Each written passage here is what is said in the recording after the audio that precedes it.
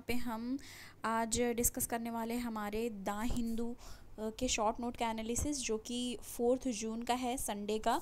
तो हम संडे का आज डिस्कस करने वाले हैं, जिसमें मोस्टली साइंस एंड टेक और इन्वायरमेंट के टॉपिक आते हैं। तो पहला हमारा है बटरफ्लाइज बायो जियोग्राफिक ओरिजिन। ठीक है, तो इसके बारे में बात करेंगे। तो इस स्टडी में ये बताया गया है कि जो ये है बटरफ्लाई, वो ओरिजिनेटेड है अमेरिका से, लेटर क्रिटेशियस से टाइम से, and 100 million years after origin of flowering plant. ठीक है, तो ये कहाँ से, अमेरिका की बात हो रही है, अमेरिका से ओरिजिनेटेड है, नॉर्थ अमेरिका। ठीक है, butterflies dispersed from North America to Europe, मतलब पहले नॉर्थ अमेरिका में आई, फिर नॉर्थ अमेरिका से कहाँ पे गई, यूरोप में, और फिर यूरोप से एशिया, मतलब north America, Europe and Asia. तो 3 जगहों पे फिर किस तरीके से वहाँ पे डिस्पर्स्ड हुई। ठीक है, अब यहाँ पे देखो, नॉर्थ अमेरिका से रिलेटेड अगर चीज़ें आई हैं तो हमें कुछ चीज़ें जाननी होंगी नॉर्थ अमेरिका के बारे में। वहाँ पे टेम्परेट रीजन है, ठीक है, लेस डाइवर्सिटी है कंपेयर टू ट्रॉपिकल रीजन, मतलब ट्रॉपिकल रीजन, इससे इस बात से पता चलता है कि ज़्यादा ही डाइवर्सिटी है वहाँ पे। अब यहाँ पे देखो, ये बताया जा रहा है कि ये टेम्परेट रीजन है, less biodiversity compare to tropical region in South America and Asia, मतलब साउथ अमेरिका और एशिया के कंपैरिजन में यहाँ लेस डाइवर्सिटी है। ठीक है, डाइवर्सिटी की बात हो रही, not biodiversity, diversity less diverse है, ये लेस डाइवर्सिटी है कंपेयर ट्रॉपिकल रीजन्स, जो कि साउथ अमेरिका और एशिया है। ठीक है, अब यहाँ पे एक हमारा न्यूज़ आया है, साइंस एंड टेक से है ये related, needed to make AI system safe. ठीक है, कि ज़रूरत है एआई सिस्टम, जो आर्टिफिशियल इंटेलिजेंट सिस्टम है, उसको सेव करने की, मतलब सेफ्टी के पर्पज़ की बात यहाँ पे हो रही है।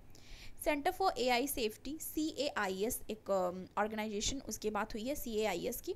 और ये किस चीज़ के लिए है, risk arising out of AI, जो भी रिस्क अराइज होते हैं एआई से, उसको ये डील करने के लिए है, centre for AI safety.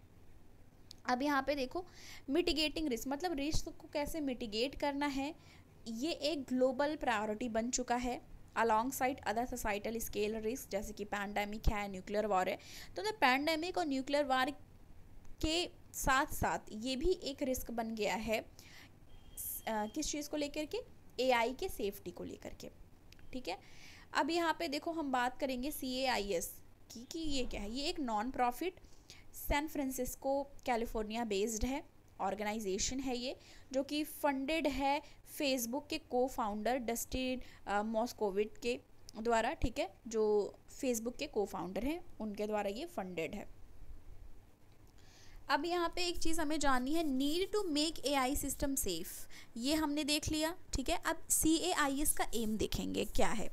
CAIS का फुल फॉर्म मैंने ऑलरेडी बता दिया, सेंटर फॉर एआई सेफ्टी। ठीक है, इसका एम है मिटिगेट करना एक्सटेंशियल रिस्क को, जो अराइज होता है एआई सिस्टम से, आर्टिफिशियल इंटेलिजेंस सिस्टम से, that could affect society at large, कि वो सोसाइटी को इम्पैक्ट कर सकती है, अफेक्ट कर सकती है। इस वजह से ज़रूरत है मिटिगेट करना जो भी एक्सटेंशियल रिस्क हैं इससे जो एसोसिएट करते हैं। Example, narrating incident at summit, मतलब एक एग्जाम्पल इन्होंने बताया है कि नरेट करके एक इंसिडेंट, जो कि एक समिट में जो कि होस्ट किया गया था royal aeronautical society colonel Tucker Hamilton के द्वारा, जो कि हेड हैं US air force AI test and operations के। उन्होंने वार्न किया था कि AI can behave in unpredictable and dangerous way.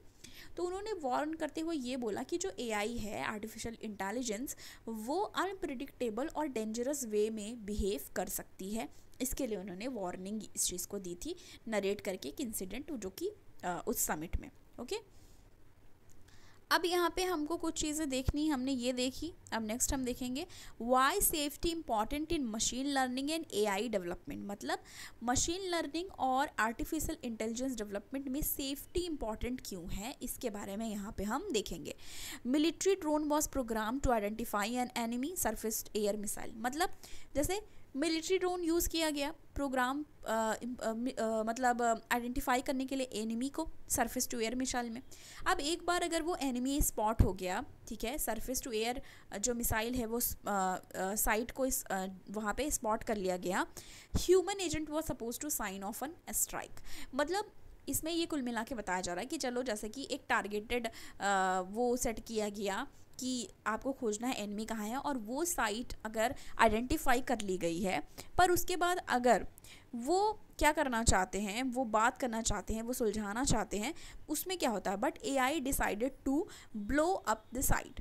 तो उस समय क्योंकि जैसे ह्यूमन टू ह्यूमन वो समझ सकते हैं कि सिचुएशन को देखते हुए डिसीजन लेते हैं, पर AI ऐसा नहीं करती। इंटेलिजेंस बेस्ड जो भी चीज़ें थी वो बस कमांड पे ध्यान देती है, और वो उसमें फिटेड जो भी फिट किया रहता है उसके बेसिस पे वो काम करती है। अब इसमें देखो क्या कहा जा रहा है, but AI decide to blow up the site instead of listening to human command. वो ह्यूमन कमांड को ना सुनते हुए उस साइट को क्या करना चाहेगी, ब्लो अप करना चाहेगी।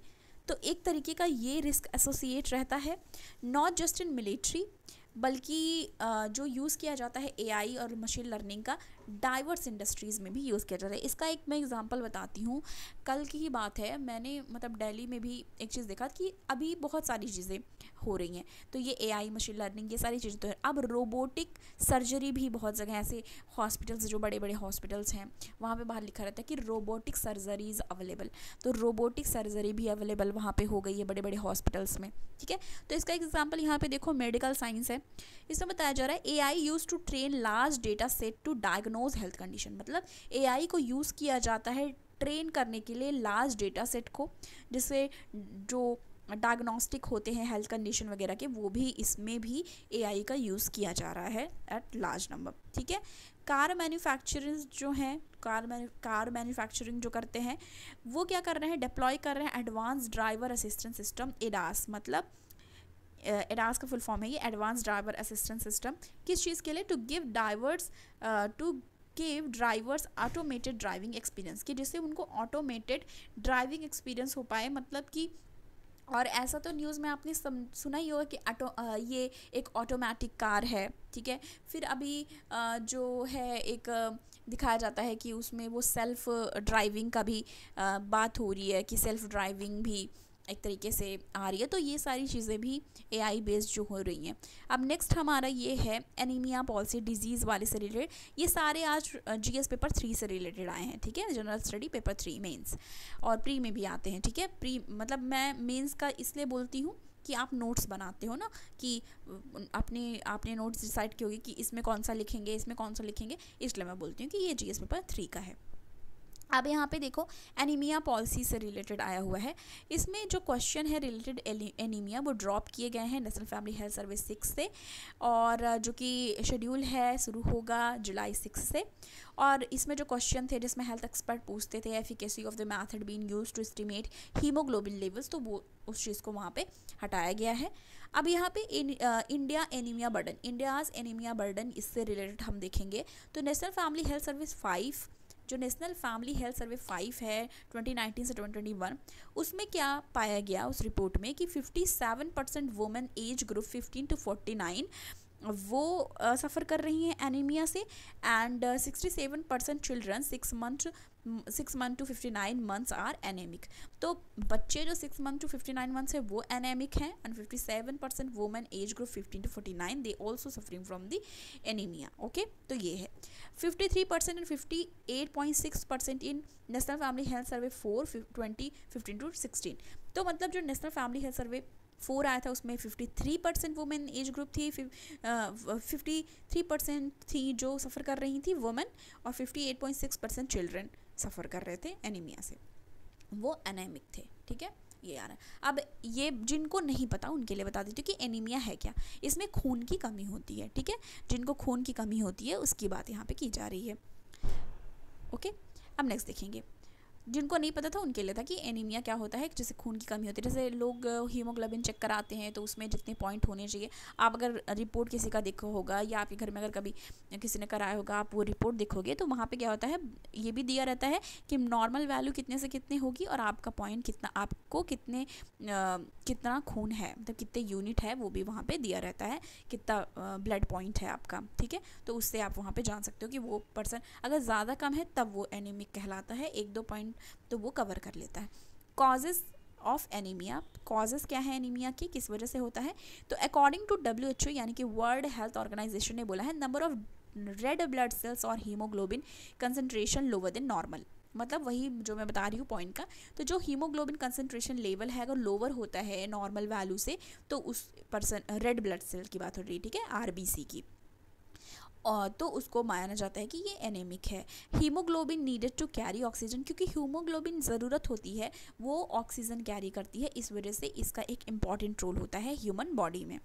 सिम्टम्स अगर देखें तो फटीक होती है, वीकनेस होती है, डिजनेस, शॉर्टनेस ऑफ ब्रेथ, मतलब कमजोरी रहती है, थकान रहती है, चक्कर सा आता है और सांस लेने में सम टाइम प्रॉब्लम होती है। तो ये सब रीजंस हैं कि जो जिनको एनीमिया होता है, ये कुछ उसमें से रीज़न होते हैं।